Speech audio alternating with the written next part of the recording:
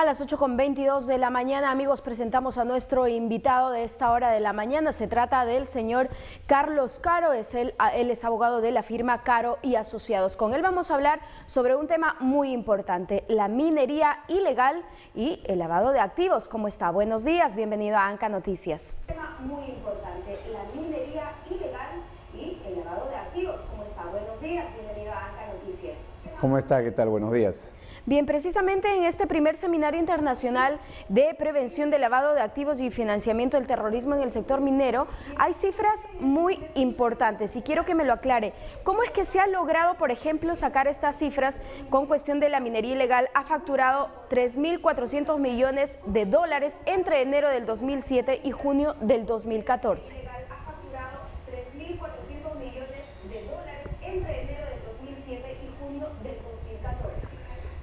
Sí, fíjese, lo que sucede es que se ha revisado la información que ha elaborado la Unidad de Inteligencia Financiera, según la cual la data que viene desde el año 2007 hasta junio del 2014, que es su último reporte, refleja y ubica la minería ilegal en el segundo lugar del ranking de informes de inteligencia financiera provenientes de la Comisión del Delito de Lavado de Activos. La UIF lo que dice en buena cuenta es que entre el 2007 y junio del 2014 el lavado de activos en general habría movido más de 10.000 millones de dólares porque hay informes de inteligencia financiera en ese sentido, de los cuales más de 3.000 corresponden a la minería ilegal, que pasa con ello a ocupar el segundo lugar en el ranking porque el primero lo tiene el lavado de dinero proveniente del tráfico ilícito de drogas. ¿Y eso cómo afecta al país, a la población de a pie? El lavado de dinero proveniente del tráfico ilícito de drogas. ¿Y eso cómo afecta al país, a la población de a pie? Fíjese, el lavado de activos es un fenómeno que genera mucho perjuicio para la población en general. Recordemos que la minería ilegal no solamente se traduce en la puesta de dinero en los bancos o en el circuito financiero, sino que trae consigo todo un halo y toda una cadena delictiva de criminalidad organizada. Recordemos que la minería ilegal viene acompañada de trata de personas, por lo menos en un doble sentido, ¿no? Trata de personas en sentido laboral, explotación de menores de edad, explotación de personas que no cobran sus beneficios y derechos laborales, explotación de menores y de mayores para efectos del mercado sexual, ahí están los casos de Madre de Dios en particular, y afecta también a la población porque la minería ilegal daña seriamente el medio ambiente y genera un perjuicio al Estado porque no paga impuestos.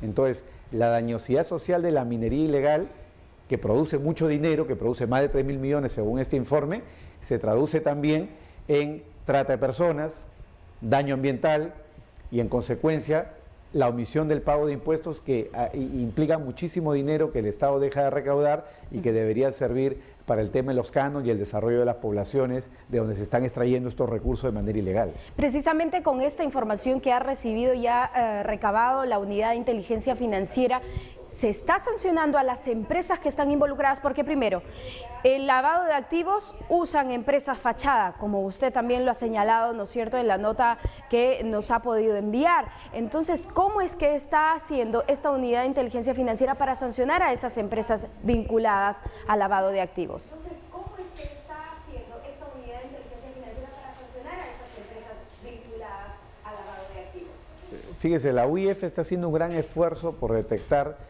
esta fuente y el circuito del dinero ilícito, el dinero sucio, pero la UIF tiene una gran limitación porque hasta el día de hoy la UIF no puede levantar el secreto bancario y tributario de las empresas y de las personas involucradas porque la Constitución señala que esto solamente puede ser hecho por un fiscal, por un juez o una comisión del Congreso. Por ese motivo es urgente y en definitiva una reforma constitucional para que a la UIF se le otorgue el poder de poder levantar el secreto bancario y tributario. De lo contrario, la UIF es un tigre de papel, no hace daño a nadie, porque carece de estas herramientas que son esenciales para la lucha contra el lavado de activos, como sucede en Europa o en Estados Unidos, ¿no?, donde el regulador puede conocer el secreto tributario y bancario para conocer el circuito del flujo ilegal del dinero. Y la tipificación del delito en ese sentido, tanto de la minería ilegal y el lavado de activos. Y la tipificación del delito en ese sentido, tanto de la minería ilegal y el lavado de activos. Fíjese, estamos hablando de delitos especialmente graves, ¿no? En el caso de la minería ilegal las penas no bajan de 15 años y en el caso de lavado de activos proveniente de la minería ilegal, estamos hablando de penas no menores de 25 años. Con lo cual, para efectos de lo que es la regulación penal, tenemos un amplio margen, una banda ancha. Lo que se requiere es la noticia criminal, que el caso llegue y se construya bien desde la policía, la fiscalía, el Poder Judicial y en consecuencia haya sanciones. Lo que pasa es que el camino que utiliza la minería ilegal es un camino que mueve mucho dinero y arrastra mucha corrupción en todos los niveles del sistema judicial. Ya están las notas ahí publicadas, por ejemplo, durante los años 2012 a 2014 por el Diario El Comercio, que dan cuenta, por ejemplo, de cómo el oro ilegal que proviene de Madre de Dios es lavado a través de empresas de fachada que venden el producto en Lima a empresas formales. Las empresas formales legalizan, blanquean ese oro ilegal, pagan sus impuestos a la SUNAT y lo exportan a Suiza, a Canadá o a los Estados Unidos, que son los principales países donde se produce el refinamiento del oro a más del 99%. De manera que estamos hablando de una forma de criminalidad organizada que es muy compleja, mueve mucho dinero, se sirve el sistema financiero, afecta al ciudadano de a pie y maneja mucha corrupción para poder pasar desapercibida. Por ese motivo es esencial el trabajo de los medios de comunicación, el trabajo de la prensa, el trabajo de concientización ciudadana con la finalidad de que este delito pueda ser efectivamente descubierto, perseguido y sancionado. Vamos a seguir conversando sobre este tema con usted, si me permite ir a una pausa antes. Volvemos, amigos, y conversamos con el señor Carlos Caro de la firma Caro y Asociados sobre un tema importantísimo, la minería ilegal y el lavado de activos. Vean, volvemos, amigos, no se muevan. Amigos, seguimos conversando con el doctor Carlos Caro de la firma Caro y Asociados sobre este balance que precisamente ha derivado este primer seminario internacional sobre la prevención del lavado de activos y el financiamiento del terrorismo en el sector minero. Decía, muy importante, ¿cómo es que denunciamos estos casos y si es que en ese sentido la población denunciante tiene el apoyo? Porque hemos visto casos también de congresistas vinculados precisamente a la minería ilegal en Madre de Dios. Hemos visto casos también de congresistas vinculados precisamente a la minería ilegal en Madre de Dios. Fíjese, la problemática es tan amplia que, como yo decía hace un momento, el nivel de corrupción por la cantidad de miles de millones que mueve la minería ilegal es muy amplio, al punto que incluso hay denuncias de efectivamente congresistas que están vinculados a la minería ilegal. Ahí está el caso del llamado, entre comillas, come oro, o está también los casos donde se ha denunciado algún partido político por haber obtenido financiamiento de la minería ilegal. Entonces habla de los primeros rasgos de cómo este fenómeno de criminalidad organizada podría estar penetrando incluso ya las esferas políticas, no solamente las esferas de los ciudadanos que toman decisiones públicas y temas de corrupción, sino estamos hablando de una penetración ya a otro nivel, que es el nivel ya del financiamiento político, ¿no? Esto es un tema especialmente grave y considero que tanto el Jurado Nacional de Elecciones como las autoridades tienen que tomar cartas en el asunto, porque de lo contrario podemos llegar a situaciones como las que ha habido en Colombia hace 20 años, o las que se vive hoy en día, por ejemplo, en Brasil, o las que se vive hoy en día en México, donde existen casos de persecución penal por financiación ilegal de partidos políticos, ¿no? Y esto es algo que no se puede permitir, porque tengamos en cuenta que el minero ilegal empieza como una persona pequeña, que luego va copiando dinero, va formalizándose, y podemos tener situaciones como el caso de la famosa señora Goya, que ha armado todo un circuito de empresas para mover cientos de millones de dólares. Y claro, desde luego la pretensión de un minero ilegal, informal, que vive de esta actividad, que no paga impuestos, que genera daño a la población, es contar luego con el brazo político con la finalidad de poder mantener su negocio ilegal de manera indefinida a lo largo del tiempo. Entonces, el esfuerzo del crimen organizado en general por querer penetrar la política forma parte de la historia de la criminalidad organizada en el mundo.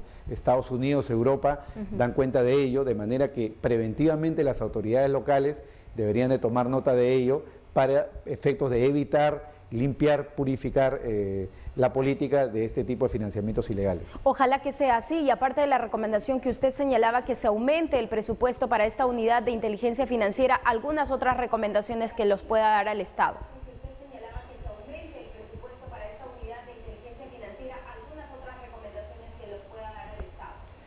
Sí, fíjese, la UIF está haciendo una labor encomiable, una labor muy importante, pero como decía, es esencial que se le otorgue el poder constitucional de levantar el secreto bancario y tributario y desde luego que cuente también con las herramientas necesarias para hacer su trabajo. Y eso lo tendría que hacer el Congreso de la República. Dependiente de la Superintendencia de Banca y Seguros, no tiene autonomía propia, autonomía presupuestaria, de manera que con un pequeño presupuesto, un pequeño grupo de personas, luchar contra un fenómeno criminal que mueve más de 10.000 millones de dólares en el país desde los últimos años, es algo pues que corresponde a una guerra entre David y Goliat, ¿no? Es importante en consecuencia que los poderes fácticos, el presupuesto y los poderes jurídicos, como el del levantamiento de secreto bancario y tributario, se lo otorguen urgentemente a la UIF.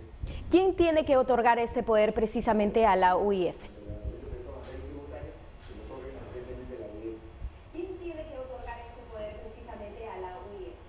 Fíjese, esto pasa por dos cuestiones. El mecanismo es la reforma de la Constitución.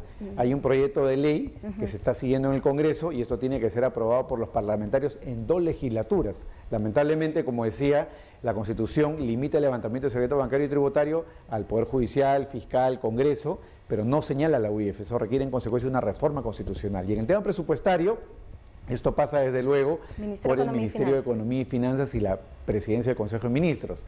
En la medida que ellos consideren que la inversión en la lucha contra la criminalidad organizada y en particular contra el lavado de activos es una labor esencial del Estado, van a tener que otorgar los recursos correspondientes a la UIF. Bien, muchísimas gracias por todos estos alcances muy importantes, muy amable por estar aquí en ANCA Noticias, edición de la mañana. Y en realidad, amigos, estos temas deberían de tratar en el Congreso de la República y no a veces problemas tan pequeños, ¿no?, que afectan inmensamente a nuestro país. Hacemos una pausa, amigos, volvemos, no se muevan.